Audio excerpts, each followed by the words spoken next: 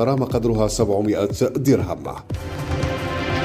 في خبر آخر، قامت السلطات المحلية لمدينة الدروة وبإشراف من باشا المدينة وقياد المقاطعات الثلاث والقوات المساعدة وأعوان السلطة وبتنسيق مع المجلس الجماعي أمسنا الأربعاء بحملة إخلاء الممرات والشوارع الرئيسية للمدينة. الحملة التي استهدفت عددا من الشوارع والمحلات المخالفة للقانون عبر الاستغلال الغير الشرعي والغير قانوني للملك العمومي والرصيف.